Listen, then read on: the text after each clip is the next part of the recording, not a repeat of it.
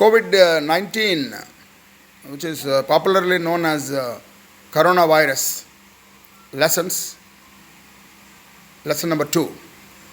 The first lesson, if you recall, was operating with zero assets. And we take an example of Amazon and Walmart. Walmart has got millions of square feet of shop floor, and Amazon has no shop floor, and it's virtually on internet platform, and they are selling almost same as Walmart, or in fact more than that also. What is the advantage for Amazon? They save on the rent for this shop floor. So the lesson number 1 of COVID-19 was sell your shop or operate with zero assets. Now, lesson number 2, go back to villages. Now let's see in detail what is this lesson number 2 about. If you recall, 17th, 18th century, when British came to India, we had commanded 23% of world's GDP, and British had a meager 2% of world GDP. By the time British left, they have amassed 23%, 22% of GDP of the world economy, whereas India dropped from 23 to 2%. So now, from 2%, we could only go up to 3%. So imagine now 70 years it took for us to just go up by 1%. And also the main reason for this our low world economy, low representation of world economy is the exports have increased a lot on fossil fuels, which is like crude oil, and they constitute about 30% of the world trade. And we have virtually nil crude oil reserves. A little bit of gas here and there, but Bombay High, when we got it, at that time our consumption was very less, and we were able to meet 25% of our import requirements. As a result, we were importing a lot of fossil fuels and other industrial products, even luxury goods, food products. So there are several reasons why we are still struggling to be a major exporter. Coming back to the COVID lessons, our economy at the time of Britishers, when they invaded India, was 85% of our economy was with villages, and less than that in the cities. I'm talking about today.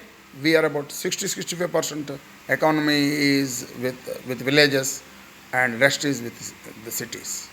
But if you look at the population of each cities, which is very high, and all the metros already cost 1 to 1.5 crores.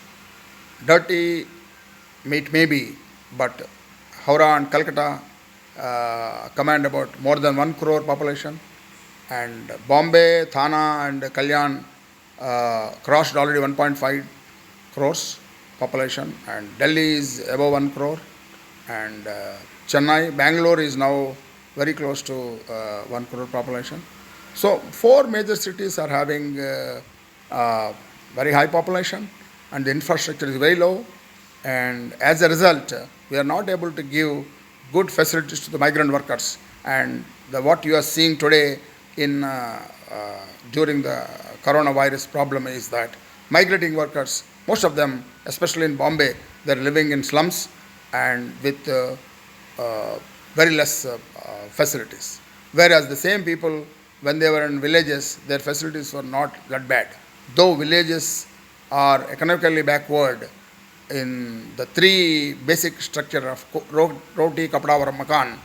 Okay, so the makan was worst affected in cities, and kapda is no more a problem for India now, and we are now self-sufficient. You got to remember that India with 1.3 billion population, no country on earth can give us food for more than 1 month. Thanks to our agricultural revolution, green revolution 1 and 2, earlier governments, we are now food-wise self-sufficient. But the same thing, we can't tell about the makan or the housing, but kapda now the is no problem.